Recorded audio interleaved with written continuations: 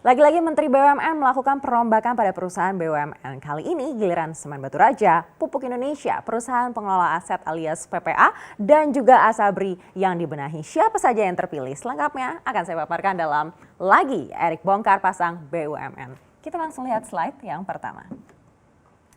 Ya, penetapan Komisaris dan Direksi Semen Batu Raja atau SMBR ini dilakukan pada Rabu 5 Agustus kemarin dalam Rapat Umum Pemegang Saham Tahunan atau RUPST. Selain mengubah susunan pengurus perseroan, juga dibahas terkait dividen payout ratio yang disepakati sebesar 20,48% di tahun ini atau senilai 6,16 miliar rupiah. Di 2019 penjualan Semen Batu Raja relatif stabil meskipun permintaan semen nasional turun sepanjang tahun. Artinya merupakan PR baru ini bagi jajaran baru ini untuk bisa meningkatkan penjualan di tengah pandemi yang belum jelas ini. Kita akan cek siapa saja yang menjabat. Di posisi komisaris utama ini ada Franky Sibarani menggantikan Haryanto. Sebelumnya menjabat sebagai Kepala Badan Koordinasi Penanaman Modal alias BKPM mulai November 2014 hingga 2016. Franky juga pernah menjabat sebagai Ketua Apindo dan saat ini masih menjabat sebagai Sekjen Pusat Informasi Produk Industri Makanan dan Minuman. Di posisi komisaris ada nama Oke Nurwan yang masih lanjut. Oke sebelumnya menjabat Kepala Badan Litbang Kementerian Perdagangan. Dia termasuk salah satu pejabat yang menyetujui kenaikan PPh. Kalau Anda ingat waktu itu untuk 1.147 barang konsumsi impor termasuk shampoo, lampu dan 2,5% jadi 10%. Namun nama Kiki Rizky Yoktavian yang tadinya menjabat di posisi yang sama sudah dihapus karena memang masa jabatannya sudah berakhir. Dan lalu di posisi komisaris independen ada nama Endang Tirtana ini menggantikan nama Dewi Justisiana dan juga Darusman Mawardi yang memang sudah berada di posisi ini sebelumnya. Berikutnya kita akan lihat siapa saja yang berada di jajaran direksi.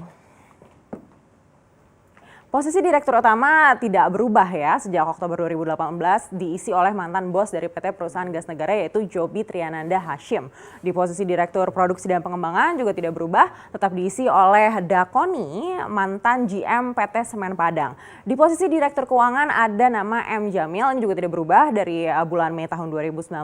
Lalu di posisi Direktur Umum dan SDM ini ada Amrullah, ini juga masih sama. Mungkin yang berbeda ini adalah posisi Direktur Pemasaran yang tadinya dipegang Dede Parasade lalu diganti oleh Muhammad Saifuddin. Dan Muhammad Saifuddin ini sebelumnya menjabat sebagai Direktur Utama PT Semen Gresik. Di bawah pimpinannya Semen Gresik ini meraih prestasi dan juga banyak anugerah. Salah satunya adalah anugerah perusahaan tangguh Nusantara Candi di Juli 2020 kemarin. Ini mungkin salah satu pertimbangan juga kenapa akhirnya Saifuddin ditempatkan di Semen Batu Raja karena prestasinya ini. Lalu selain Semen Batu Raja yang juga dirombak adalah kepemimpinan holding BUMN Pupuk yaitu PT Pupuk Indonesia. Siapa saja? Kita akan cek slide berikutnya.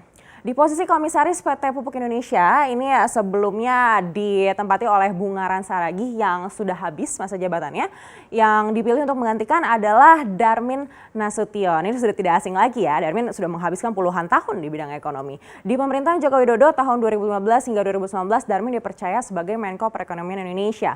Lalu di periode kedua ini posisinya digantikan oleh Erlangga Hartarto dan Darmin sempat beristirahat sejenak sampai akhirnya menjabat lagi saat ini. Selain Komisaris Utama, Darmin juga menjabat sebagai Komisaris Independen bersama dengan Mustoha Iskandar dan juga Anhar Adel. Mustoha ini nama baru di jajaran komisaris, namun kalau Anhar Adel memang sudah menjabat sebelumnya. Nah, selain pergantian Komisaris Utama, komisaris lainnya juga diganti. Nama barunya ada Bambang Widianto, ada Suwandi, ada Febrionatan Kasyaribu. Ini juga menjabat sebagai Kepala Badan Kebijakan Fiskal atau BKF Kementerian Keuangan dan juga Ari Dwi Payana yang pernah menjabat sebagai Koordinator Staf Khusus Presiden. Sedangkan Anwar Sanusi ini adalah nama lama yang memang sebelumnya juga sudah menjabat. Lalu siapa saja di posisi direksi? Kita akan cek slide berikutnya.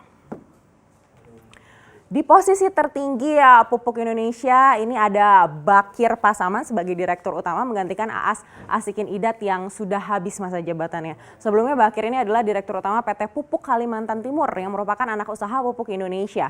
Selanjutnya di posisi Wadirut ini ada Nugroho Kristianto. Di posisi Direktur Pemasaran lalu ada Gus Rizal, di Direktur Keuangan dan Investasi lalu ada Indarto Pamungkas, di posisi Direktur Transformasi Bisnis ada Panji Weruki dan menjabat sebagai Direktur Produksi ada Bob Indiarto, lalu Direktur SDM dan Tata Kelola dipegang oleh Winardi. Nah, selain Pupuk Indonesia, Menteri BUMN juga mengganti Direksi PPA. Kita akan cek slide berikutnya.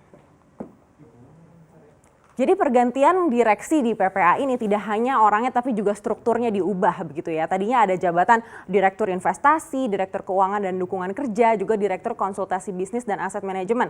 Kalau sekarang ini diganti jadi posisinya ada Direktur Investasi 1, Direktur Investasi 2, lalu ada Direktur Restrukturisasi dan juga Direktur Keuangan dan Manajemen Resiko dan juga Direktur Hukum dan SDM begitu. Di posisi pertama ini ada Ari Surono. Ari Surono ini menggantikan Iman Rahman sebagai Direktur Utama. Iman sudah didaulat jadi Direktur Strategi Portofolio dan New Ventures di PT Pertamina di bulan Juni lalu begitu ya. Lalu Direktur Investasi 1 dan 2 ini Andri Setiawan dan Yadi Jeruhan. Sedangkan di posisi Direktur Restrukturisasi ada Rizwan Rizal Abidin dan di posisi Direktur Keuangan dan Manajemen ini ada Muhammad Teguh Wirahadi Kusuma. Sisanya yang dulu sudah diberhentikan. Dan berikutnya ada satu yang penuh skandal. Kita akan cek siapa sih di slide berikutnya.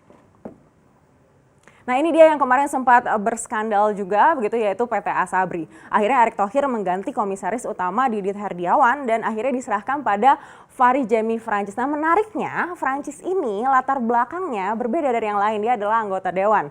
Dia pernah menjadi anggota DPR periode 2009 hingga 2014 di Partai Gerakan Indonesia Raya atau Gerindra mewakili Dapil Nusa Tenggara Timur II. Kemudian terpilih lagi jadi Ketua Komisi 5 begitu. Apakah Fahri Jemi Francis ini bisa membuktikan kalau kepemimpinannya bisa berdampak positif pada Asabri? Kita tunggu nanti seperti apa sepak terjangnya. Nah selain Komisaris Utama, dia juga menjabat sebagai Komisaris Independen bersama dengan Hari Susetio Nugroho dan juga Ahmad Syukrani. Sedangkan di posisi Komisaris ada Rofianto Kurniawan. Lalu berikutnya di posisi Direktur Utama ada Sony Wijaya yang akhirnya diberhentikan dengan hormat pada Selasa lalu begitu ya. Jadi total Sony bekerja di Asabri 4 tahun 4 bulan. Lalu posisi Sony digantikan oleh R. Wahyu Suparyono. Ini Wahyu sebelumnya menjabat sebagai Direktur Utama di PT Dok dan Perkapalan Koja Bahari atau DKB sejak tahun 2017.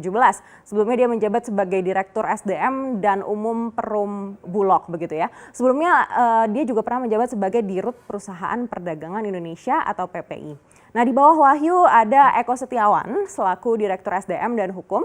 Dan juga Direktur Keuangan dipegang oleh Helmi Imam Satriono, sedangkan Direktur Investasi oleh Jeffrey Haryadi Pemanulang. Lalu apakah susunan ini dapat membenahi kisruh yang sebelumnya melanda Asabri? Kita tunggu nanti seperti apa ya. Demikian juga dengan perusahaan-perusahaan lainnya mulai dari Semen Batu Raja, Pupuk Indonesia, dan PPA kita harapkan bisa terus berkembang dan melesat dengan perombakan yang baru ini.